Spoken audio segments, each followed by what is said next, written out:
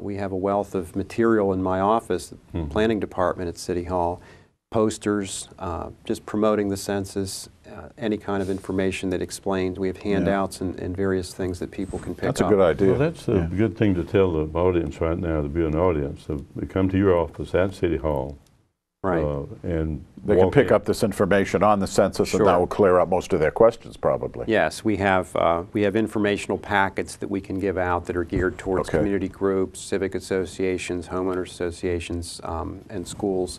The Census Bureau is actually in the process of doing a Census in Schools program in any event, so the schools will be taken care of. So, but really we're trying to reach out to any of the groups that have constituencies that we can then work through and try to pass the word about. Well, I think what you're saying, though, basically the bottom line here is to emphasize the importance of the people of Bowie fill out these census forms, because it's in their interests, it's in the interests of the city. Is that correct? Yes, that's exactly correct, and it really helps us to do our jobs in terms of applying for grants and things, using the information that, so that the more of the population that's represented, the more flexibility we have in trying to get that money. Okay. I did want to mention, John, that the city is also hosting a number of questionnaire assistance centers. Oh, okay. When the census gets underway in the third week of March, we're going to actually have census staff at City Hall, at the Bowie Gymnasium and Senior Center, and then at all three city park and planning community centers, where they will set up questionnaire assistance centers to be able to have residents walk in if they have any difficulty at all with the survey. Will you be serving refreshments? No. Not in the budget. That's a good idea, because a lot of people, I'm sure, are going to have questions. Right. The form itself, I wanted to talk about it just very briefly, and I am going to be doing a piece on the city's cable TV channel, just reviewing the form. It's basically 10 questions, simply talking about the number of people that live at the residence and information about those people. So depending on the number of people that live at your house, there may be 10 questions for each person. So you have to talk about the age of the people and their background and so on. But it's a fairly straightforward form, and it's much shorter than the long form that's been used in the past. Would we have time to actually go over each quickly of the form, each question? Each question? Just quickly. Quickly, can we do it? Sure. Let's say the main thing is talking about the house structure and most of that. Well, it's not even that. It's focused on people. Question number one: how many people are living or staying in the house as of April 1st? Question number two, were there any additional people that you didn't include in question number one? Just the illegal maid. Well, they want to know everyone that's in the house. Is the house an apartment or a mobile home or a single-family house? They ask for the telephone number of the residents so that they can follow up. Information about the person in particular, who the question pertains to, their last and first name, their sex, the age of the person, whether they're of Hispanic, Latino, or Spanish origin, what they consider their race to be, and whether or not they sometimes live or stay somewhere else. Those are the 10 questions. And again, I mentioned that they would have to be answered for each person living in the house. So they say 10 questions, 10 minutes to fill out, but it may take longer depending on whether you have a lot of people living in your house. It's not anything compared to the form that I got in the mail. That form was... Oh, good. How many languages are there other languages spoken in your that's home? the American Community Survey, and that's how it's going to be done from now on. That's great. Yeah. And I don't see any reason that people wouldn't respond and get that back.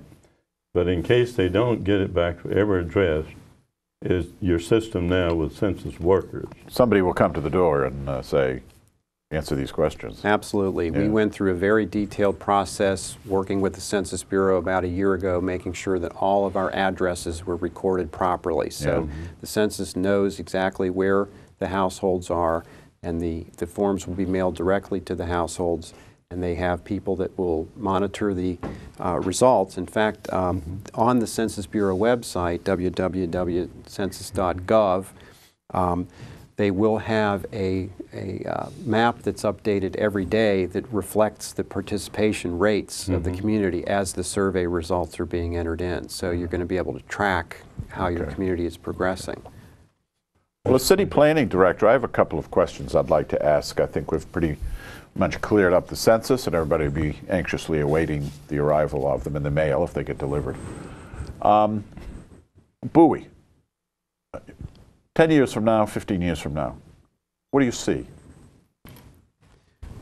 Well, I would say that we're probably going to see much of the same as what you have now. The thing I like to tell people about Bowie from a planner's standpoint is that the city has grown and developed exactly as it has been planned to grow. When you look at the master plans that have been in place, there's been very little deviation from what was intended. And so we have our commercial centers, the Bowie Town Center, the Bowie Gateway Center, for example, which are located exactly where they had been planned to be located. Those are the areas where in the future we're going to see further growth, maybe redevelopment, more intensified growth, because those are the areas that have the infrastructure and where we want to concentrate the growth. Do you think some miracle may occur and the city of Bowie will actually have some sort of say in this development and zoning?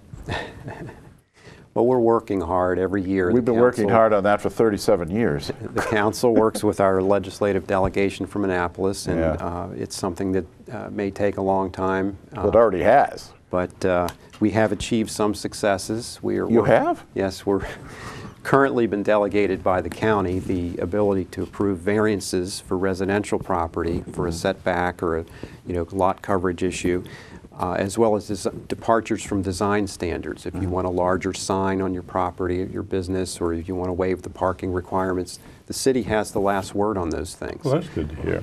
I wasn't quite aware of that. Right. In 2005, we succeeded in the legislature getting the General Assembly to approve legislation authorizing the county to give additional authority to the city, which included detailed site plan reviews and special exception. No, it was approved by the General Assembly. What happened was the county, Prince George's County, never put those rules into effect locally. So the first thing that would have to happen is, the state enabling law is in place. The county has to approve its own legislation, putting it on the books here, and then the city would have to petition to have our own local ordinances approved by the Prince George's County Council. That would be a second step. Well, I also hear that the Maryland Park and Planning Commission is less than cooperative in this. Recently, during our most recent efforts for this, the Park and Planning Commission just totally refused to cooperate. Isn't that difficult for you guys? Well, every year they come out in opposition to the additional authority that we're seeking, and I guess it's logical to take that perspective from their organization. Maybe we should start a tax boycott and not pay them the taxes they get out of us every year. A Bowie Tea Party against the Park and Planning Commission. I like that. It'll be by JR. Well, I never did think I'd hear JR say that. If you look at the function of the Park and Planning Commission, they were set up in the 1920s by the state of Maryland to really look at growth issues around the District of Columbia and Montgomery and Prince George's County. And so the focus of that organization really should be on regional growth issues. And what they're really doing is the equivalent of a local planning department. And really there's a good case, we think, to be made for the local governments. Oh, I agree. I agree totally. Decisions. Yeah. That makes a big difference. You're speaking of what now you can deal with is more dense development within existing approved properties. How could it get more dense than it is? Well, when you look at the master plan for Bowie that's in place now, the 2006 Bowie and Vicinity Master Plan, it identified the Bowie Town Center area as a regional center. Regional center is a planning terminology for a mixed-use area where you would want to see more intense development. And the reason is because it has good highway access, it has access to transit. Isn't it pretty much at max?